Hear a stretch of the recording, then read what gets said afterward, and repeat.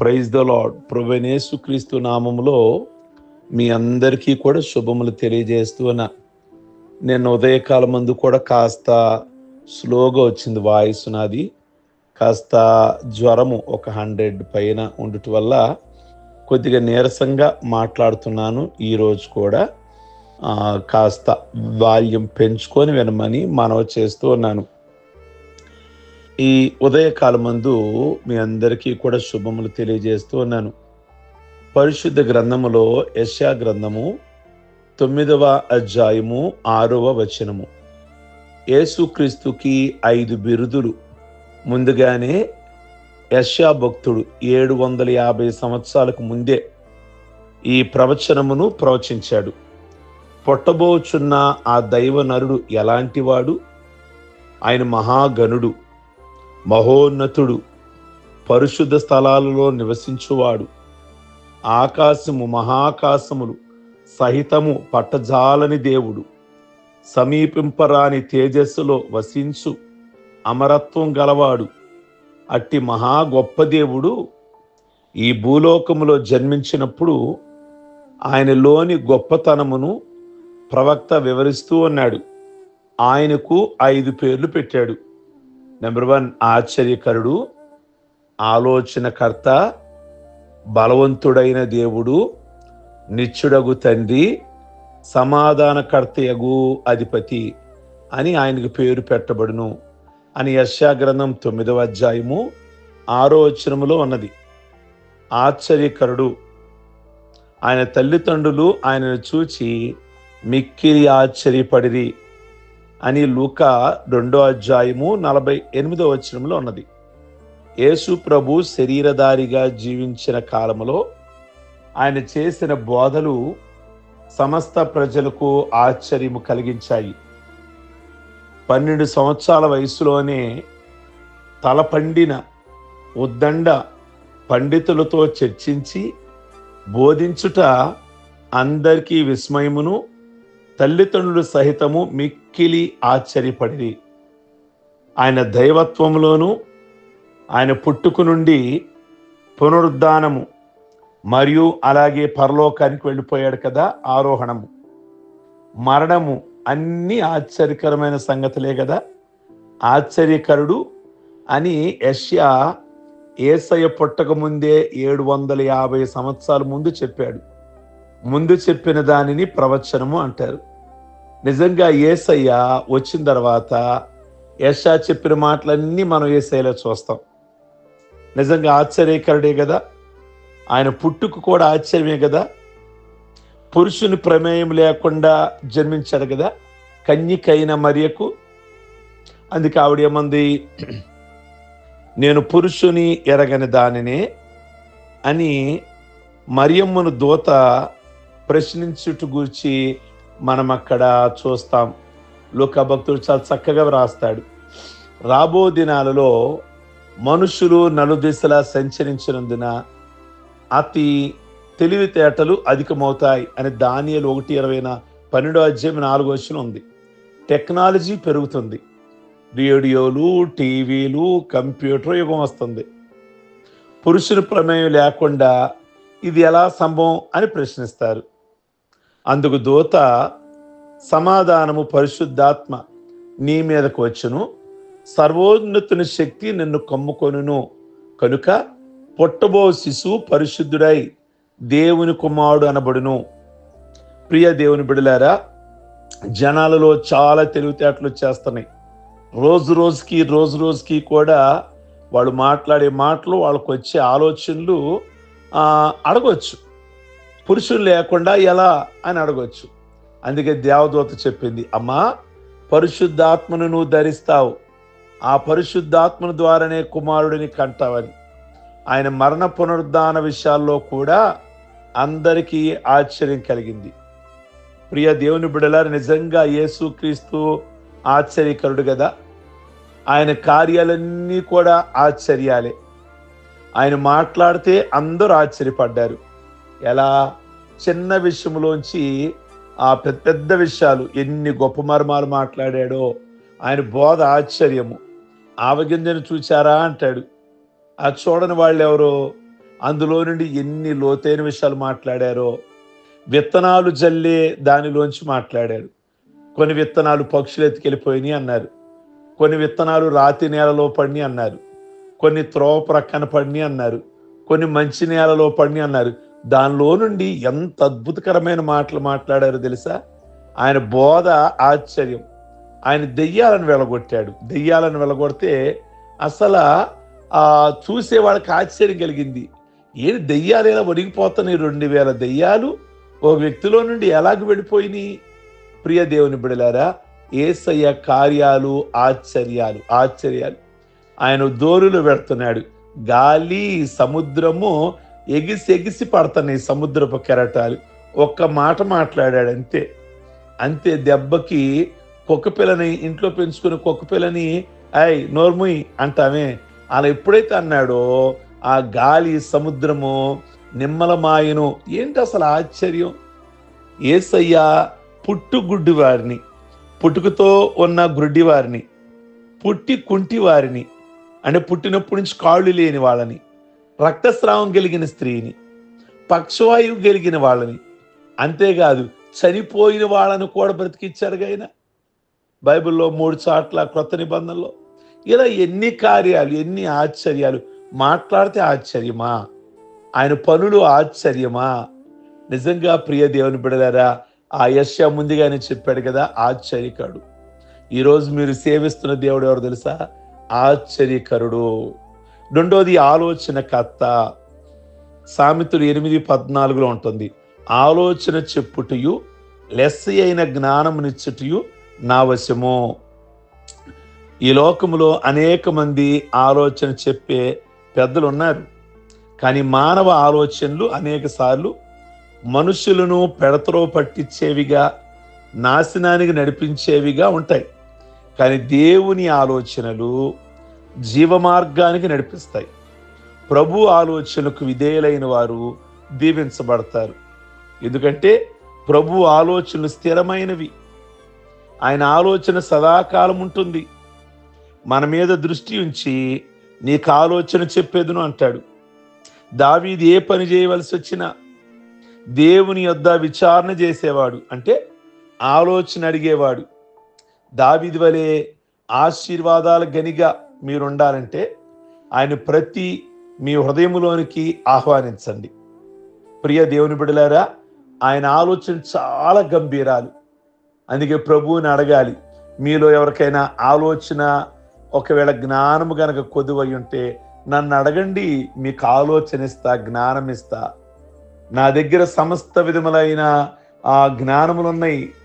ప్రియ దేవుని బిడలారా, గుప్తములై ఉన్నాయి. ఈ ఉదయకాలం ముందు మీకు ఆలోచన కావాలనుకుంటున్నారా? ఏదైనా పని చేయడానికి, వివాహం జరిగించడానికి, ఇల్లు కట్టుకోవడానికి, లేక మీ బిడ్డను చదివించడానికి ఆలోచన కావాలా? నన్ను అడుగు, జనము మీకు ఆలోచన చెప్పేది, నీకు ఆలోచన చెప్పేదును అన్నాడు. ఈ మార్నింగ్ మీరు ఆలోచన అడగండి. ప్రభువా, ఈ విషయంలో ఎలా మేము ముందుకు వెళ్ళాలి? ఎలా మాట్లాడతాడండి ఆయన? నీకు సమయస్ఫూర్తినిస్తాడు. ప్రార్థనలో కూర్చున్నప్పుడు చక్కటి ఆలోచన. ఒక వ్యవహారంని ఎలా నువ్వు ముందుకు నడిపించాలి, కుటుంబాన్ని ఎలా నడిపించాలి. ప్రియ దేవుని బిడ్డలారా, నా మట్టుకు నాకు ఏదైనా ఒక కార్యక్రమం చెయ్యాలి అని అనుకున్నప్పుడు ఎక్కువగా ప్రార్థనలో మౌనంగా కూర్చుంటా. ప్రార్థన చేయను. ప్రార్థనలో అడుగుతా, ప్రభువా ఈ కార్యక్రమం ఎలా చేయమంటారు? అంతే. అలా మౌనంగా కూర్చుంటే ఆయన చక్కటి ఆలోచన, ఆయన తలంపులు మనకు తెలియజేస్తారు. అవి మనకి ఎప్పుడు దీవెనకరంగా ఉంటాయి. మన ఆలోచన మనకు బెడిసి కొడతాయి. కానీ దేవుని ఆలోచన పరంగా చేస్తే అది భవిష్యత్తులో కానీ, కుటుంబానికి కానీ, సంఘానికి కానీ, ప్రజలకు కానీ ఎంత ఆహ్లాదకరంగా, ఎంత దీవెనకరంగా. ఒకవేళ మన ఆలోచన ప్రస్తుతం అర్థం కానప్పుడు ఎదురుసుకులాగా ఉండొచ్చు, కానీ దేవుడిచ్చిన ఆలోచన ప్రస్తుతం నీకు అర్థం కాకపోవచ్చు, కానీ భవిష్యత్తులో దానివల్ల నీ కుటుంబానికైనా, మీ సంఘానికైనా, లేదా దేనికైనా కానీ భవిష్యత్తులో ఇది దేవుని ఆలోచన కాబోలు, అందుకే ఇంత చక్కగా ఉంది అనుకుంటారు. ప్రస్తుతం మీకు అర్థం కాకపోవచ్చు. కనుక నేనేమంటాను అంటే, ఆలోచన అడగండి. ఆయనకు ఆ పేరుంది, ఆలోచనకర్త అని ఉంది. మీకు ఆలోచన చెప్పి ఉపదేశము చేసేదను అని అన్నాడు కదా. చక్కని మాట. వాటిని మనము దీర్ఘ ప్రసంగాలుగా చేసుకోవచ్చు, కానీ నేను షార్ట్ కట్లో మీ ముందుకు తీసుకొస్తున్నా. 3వ బిరుదు ఏంటో తెలుసా ఆయనకి? బలవంతుడైన దేవుడు, బలశౌర్యం గల యెహోవా, యుద్ధశూరుడైన యెహోవా. ఎంత బలమైన దేవుడు అని అంటే, ఒక్క 17 ఏళ్ల దావీదుకే చక్కటి బలాన్నిచ్చి గొల్యాతును జయించగలిగిన శక్తినిచ్చింది దావీదుకి ఆయన కాదా?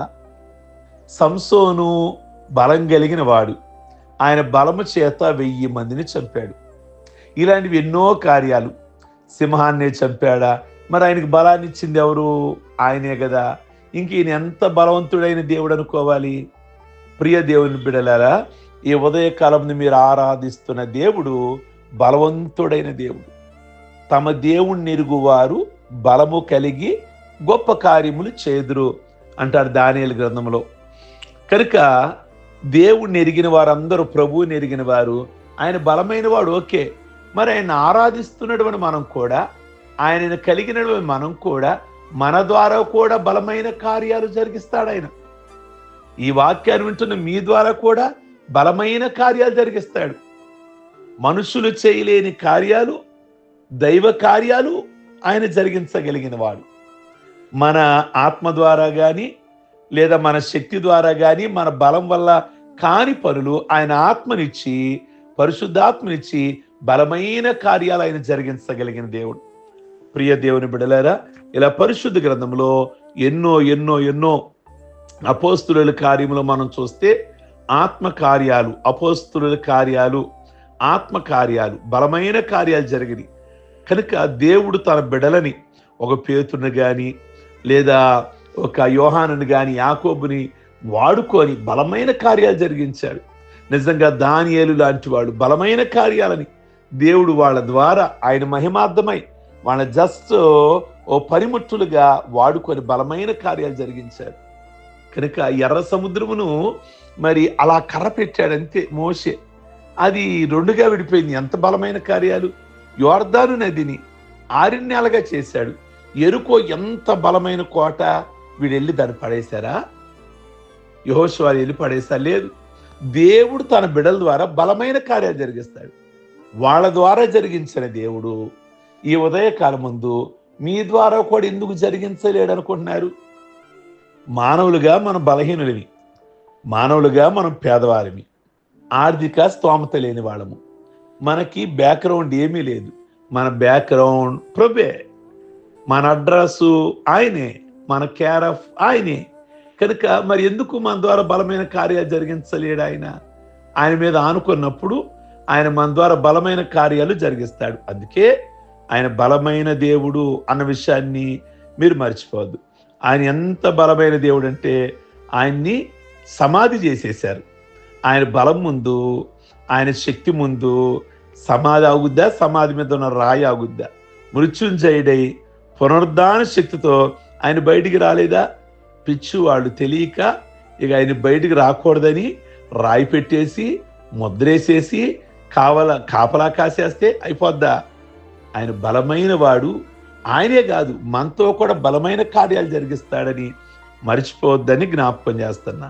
నిత్యుడగు తండ్రి యేసుక్రీస్తు నిన్న నేడు ఒకటే రీతిగా ఉన్నాడు. యుగయుగాలు ఒకటే రీతిగా ఉంటాడు. నిన్న ఎలా ఉన్నాడో ఇవాళ అలాగే ఉంటాడు. మార్పు లేనివాడు, మారనివాడు. ప్రియ దేవుని బిడ్డలారా, యేసుక్రీస్తు నిత్యుడగు తండ్రిగా బైబిల్లో మనం గమనిస్తుంటాం. యేసు ప్రభు నిత్యత్వంలో తండ్రితో ఏకమై ఉన్నాడు. ఆయన అబ్రహాము కంటే ముందున్నాడు. తెలియక యూదులు అన్నారు, నీ వయసు గట్టిగా 30 ఏళ్ళేవు, నేను అబ్రహాము కంటే ముందున్నవాడిని అంటావేంటి, మోషే కంటే ముందున్నవాడు అంటావేంటి? తెలియక వాళ్ళు.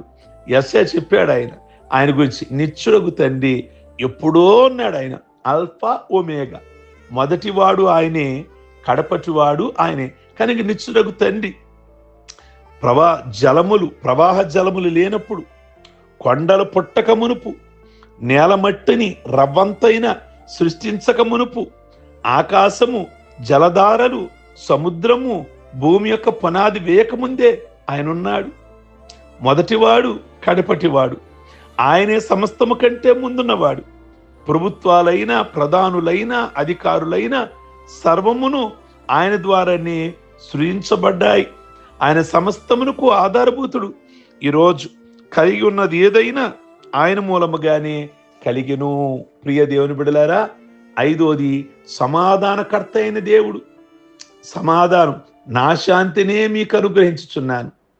కనుక ఈ లోకములో జన్మించినప్పుడు ఆయనకిష్టులైన మనుషులకు సమాధానము కలిగింది. కనుక పాపం వలన, భక్తిహీనత వలన, రోగం వలన, భయం వలన దేవునితో మనం సమాధానం పోగొట్టుకున్నాం. ఈరోజు యేసు క్రీస్తు లోకానికి వచ్చి మన పాపాలన్నిటి కొరకు ఆయనే మరణించి తండ్రితో మనకు సమాధానం ఇచ్చారు. కనుక యేసయ్య ప్రపంచానికి సమాధానకర్త. ఆయన ఉన్న ఇల్లు, ఆయనున్న సమాజ సంఘాలు, ఆయనను కలిగి ఉన్న వ్యక్తి ఎప్పుడు సమాధానంతో ఉంటాడు, నిత్య సంతోషంగా ఉంటాడు. ఆయన లేకుండా ఎన్ని శాంతి సమావేశాలు జరిగినా, ఎన్ని కమిటీలు వేసినా నిష్ప్రయోజనమే. యేసయ్య మనకి శాంతిని, సమాధానమునిచ్చేవాడు. నీ జీవితంలో, నీ కుటుంబంలో సమాధానం కావాలంటే అది ఆయన ఇయ్యాల్సిందే. ఈ 5 కూడా ఆయనకి బిరుదులు. ఏమిటి? ఆశ్చర్యకరుడు, ఆలోచనకర్త, బలవంతుడైన దేవుడు, నిత్యుడగు తండ్రి, సమాధానకర్త. అవన్నీ మీకు, మీ కుటుంబానికి కలుగునుగాక. ప్రార్థించుకుందాం. సర్వశక్తి కలిగిన తండ్రి, మీ వందనాలు. ఈ 5 కూడా మాకెంతో దీవెనకరంగా, ఆశీర్వాదకరంగా ఉంచారు. మీకే వందనాలు. ఈరోజు పెళ్లి రోజులు, పుట్టిన రోజులు, రక్షణ పొందిన రోజులు చేసుకుంటున్న బిడ్డలందరినీ మీరు జ్ఞాపకం చేసుకోమని ప్రార్థిస్తున్నాము. ప్రభువా, ప్రతి ఒక్క విషయంలో ఈ దినదీవులతో నింపి మేలు చేయమని యేసు నామములో అడుగుచున్నాం తండ్రి. ఆమేన్. God bless you. మీకు ఈ వర్తమానం నచ్చినట్లయితే అందరికీ షేర్ చేయండి. అలాగే లైక్ బటన్ నొక్కండి.